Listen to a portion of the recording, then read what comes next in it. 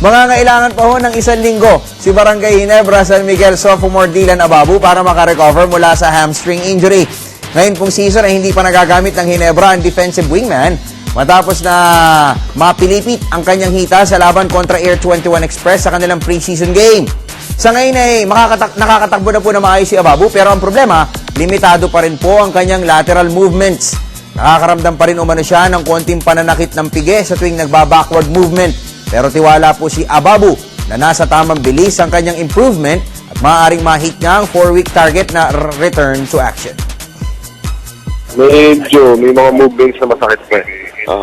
Pero yung target mo na 2 weeks, papasok yan. 3 weeks na siya sa Monday.